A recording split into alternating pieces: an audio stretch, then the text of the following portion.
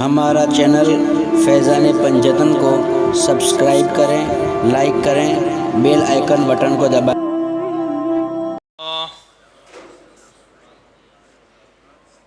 صلی اللہ تعالی علیہ وسلم۔ ماں باپ اولاد کے لیے بارگاہ خداوندی میں جو بھی دعا کرتے ہیں اللہ تعالیٰ اسے قبول فرماتا ہے۔ اولاد کے لیے ماں باپ کی دعا اللہ کی بارگاہ میں قبول ہو جاتی ہے۔ اس لیے اگر ہمیں کوئی بھی پریشانی آئے، چاہے روزی کے معاملے میں ہو، بیماری کے معاملے میں ہو، یا کسی اور مسئلے کو لے کر کے اگر اولاد کوئی پریشانی میں آئے تو ان کے لیے لازم ہے کہ وہ سب سے پہلے اپنے ماں باپ کو دعا کے لیے کہے،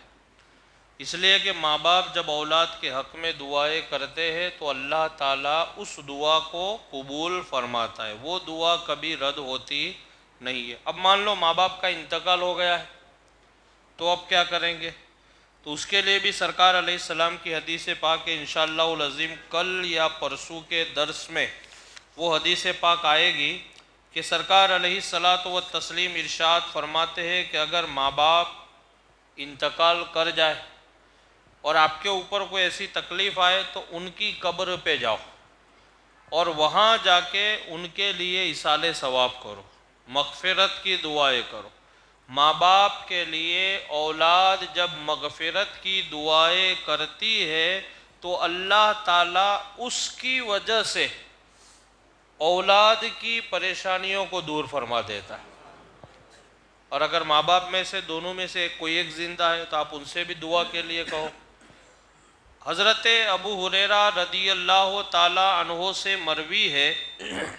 کہ رسول پاک صلی اللہ علیہ وسلم نے فرمایا 3 آدمیوں کی دعائیں قبول ہو جاتی ہیں۔ 3 لوگ ایسے ہیں کہ ان کی دعا کبھی رد نہیں ہوتی، اللہ قبول فرماتا ہے۔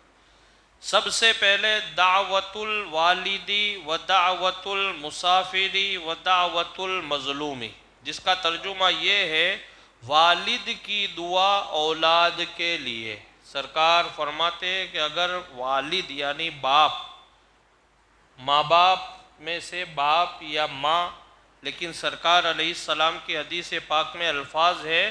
دعوت الوالد، والد کی دعا اولاد کے لیے۔ اگر باپ اولاد کے لیے دعا کر دیتا ہے تو وہ دعا کبھی رد ہوتی نہیں ہے۔ کیوں؟ اس کی وجہ ہے کیونکہ باپ جب بیٹے کے لیے دعا کرے گا نا تو اس میں کوئی دکھلاوا نہیں ہوگا، بلکہ وہ دل سے دعا کرے گا۔ اور میں نے آپ کو کچھ دن پہلے ایک درس میں بتایا تھا کہ اولاد کیسے بھی کارنامے کرے، لیکن ماں باپ اور خاص کر کے باپ ایک ایسا جنکشن ہے، ایک ایسا پلیٹ فارم ہے کہ وہ کبھی اولاد کے لیے بد دعائیں نہیں کریں گے، جب بھی کریں گے وہ دل سے ہی دعائیں کریں گے۔ بھلے آپ نے ان کو کتنا بھی ستایا، کتنا بھی پریشان کیا، آپ کی وجہ سے ان کو ذلیل بھی ہونا پڑا ہے، لیکن جب آپ پلٹ کے اپنے ماں باپ کے پاس جاؤ گے اور صرف اتنا کہہ دو گے کہ مجھے معاف کر دو، میں آج کے بعد اب یہ کام نہیں کروں گا یا نہیں کروں گی، جو بھی ہو، لیکن وہ ماں باپ پھر آپ سے کوئی وعدہ وغیرہ نہیں لیں گے، بلکہ اچھا کہتے کہ ٹھیک ہے ہم نے تجھے معاف کر دیا۔ تو یہ جو پلیٹ فارم ہے یہ صرف ماں باپ والا پلیٹ فارم ہے، باقی دوسرے کے اندر یہ ہمت نہیں ہے کہ معاف کر دے، کہ کیسا بھی ہو، کتنے بھی بڑے آدمی ہو، کیسا بھی ہو، وہ جلدی معاف نہیں کرے گا۔ اگر آپ اس کا دل دکھاؤ گے، اچھا زبان سے بول بھی دے گا لیکن دل سے معاف۔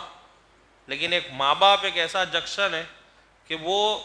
چاہے زبان سے بولے کہ نہ بولے لیکن وہ دل سے تو آپ کو معاف کر ہی دیں گے، بھلے آپ نے ان کو کتنا بھی ستایا ہے، آپ کی وجہ سے ان کو ذلیل ہونا پڑا، لوگوں کی باتیں سننی پڑی، لوگ کیسی کیسی باتیں کرتے، تمہارا بیٹا یہ وہ، تم نے سمجھایا نہیں، تم نے اس کو پالا، الگ الگ باتیں لوگ بتاتے، تم نے تربیت کیسی، جس کو جو منہ میں آتا ہے وہ ماں باپ کو سناتا ہے۔ اور اس وقت جو ماں باپ کی کیفیت ہوتی ہے، ماں باپ کی حالت، وہ کوئی محسوس نہیں کر سکتا ہے سوائے ان کے۔ ان کو ایسا محسوس ہوتا ہے کہ ہمارے پاؤں کے تلے سے زمین کھسک گئی ہے، اور وہ یہ چاہتے ہیں کہ ایسا ہی ہو جائے اور ہم زمین میں گھس جائے تاکہ ہم کو کوئی تانے نہ سنائے۔ اس وقت ماں باپ کی حالت، لیکن پھر بھی 1 سال 5 سال 10 دن 15 دن کتنے بھی سمے کے بعد وہی ماں باپ کے بعد آپ کے صرف اتنا کہہ دو کہ مجھے معاف کر دو، میں آج کے بعد کبھی ایسا کام نہیں کروں گا کہ جس سے آپ کو ذلت اور رسوائی اٹھانی پڑے، پھر تو وہ ماں باپ سوچیں گے نہیں، دیر نہیں کریں گے، ایسا بھی نہیں کہیں گے سوچتا ہوں مشورہ کرنا پڑے گا مجھے، نہیں، فوراً وہ آپ کو بھلے غصہ ہوگا لیکن آپ کو دل سے فوراً معاف کر دیں گے، جا میں نے تجھے معاف کر دیا۔ تو یہ جو ایک پلیٹ فارم ہے وہ صرف ماں باپ کا پلیٹ فارم، تو اس لیے باپ کی دعا اولاد کے حق میں کبھی رد ہوتی اللہ فوراً قبول فرماتا ہے، اس لیے کہ باپ جب بھی دعا کرے گا اپنی اولاد کے لیے اس میں ریاکاری، دکھلاوا یا کسی کو خوش کرنے میں، جیسے آپ مجھے کہو گے مفتی صاحب آپ میرے لیے دعا کرو تو میں اللہ آپ کو اچھا کرے، ہو سکتا ہے میں آپ کو خوش کرنے کے لیے بھی کہوں، لیکن اگر میں میرے باپ سے کہوں گا کہ ابا میں پریشان میں ہوں تھوڑا تو وہ جب دعا کریں گے وہ مجھے خوش کرنے کے لیے نہیں، میری تکلیفیں دور کرنے کے لیے دعا کریں گے کہ اللہ تعالیٰ میرا بیٹا ہے بہت پریشان ہے، اللہ پاک اس کو جو بھی ہے اس کو معاف کر دے اور اس پر کرم فرما، رحم فرما، اس کی پریشانیاں دور فرما۔ ماں باپ ایسی دعا کرے گا، لیکن ہم جب میں آپ کو یا آپ مجھے کہو اچھا اللہ آپ کا بھلا کرے، اچھا ہو جائے گا، ٹینشن مت لو، یہ ہو جائے گا، تو ہو سکتا ہے میں آپ کو خوش کرنے کے لیے بھی بولوں، ہو سکتا ہے آپ کا دل رکھنے کے لیے بولوں، لیکن باپ ہوگا وہ کسی کو خوش کرنے کے لیے نہیں، کسی کا دل رکھنے کے لیے نہیں، وہ دل سے دعائیں کرتا ہے، اور دل سے جو دعا نکلتی ہے وہ اللہ کی بارگاہ میں قبول ہوتی ہے۔ دل سے جو آہ نکلتی ہے اثر رکھتی ہے، پر نہیں طاقت پرواز مگر رکھتی ہے۔ دل سے جو دعائیں نکلتی ہے بھلے اس میں اڑنے کے پر نہیں ہوتے لیکن وہ اللہ کی بارگاہ تک پہنچ جاتی۔ تو سرکار فرماتے 3 لوگوں کی دعائیں قبول ہوتی ہے، دعوت الوالد، سب سے پہلے والد کی دعا اولاد کے لیے، اور دوسرے نمبر پہ مسافر کی دعا۔ کوئی بھی سفر میں جاتا ہے نا تو آقا کا فرمان ہے اس کی دعا بھی کبھی رد ہوتی نہیں ہے۔ اچھا دعا پھر ایسی ہونی چاہیے جائز کہ جو دعا ہونی چاہیے، تو دعوت المسافر، مسافر کی دعا بھی کبھی رد ہوتی نہیں ہے۔ میرے آقا کا ایک جگہ اور فرمان عالی شان ہے کہ جب کوئی سفر پہ جائے تو اس سے تم اپنے حق میں دعاؤں کے لیے کہا کرو،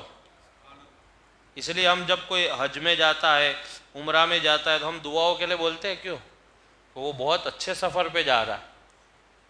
اور اس لیے تو میرے آقا نے فرمایا کہ وہ جا کے جب واپس آتا ہے تو واپس آنے کے بعد بھی کئی دنوں تک اس کی دعائیں قبول ہوتی رہتی ہے، خاص کر کے حجاج کرام۔ بہرحال مسافر کی دعا اللہ تعالیٰ قبول فرماتا ہے، اور دعوت المظلوم، مظلوم کی دعا، جس کو لوگ ستاتے ہو، ظلم و ستم کر رہے ہو جس پر، اور وہ اگر آپ کے لیے دعا کر دے تو آپ کا کام ہو جائے گا، اور ایسے ہی اگر مظلوم بد دعا بھی کر دے تو بھی آپ کا کام ہو جائے گا۔ سمجھ گیا میرے الفاظ؟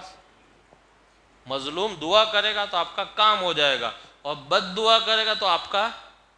کام ہو جائے گا، دونوں میں کام ہو جائے گا۔ سمجھ گئے؟ اللہ کی بارگاہ میں دعا ہے کہ اللہ رب العزت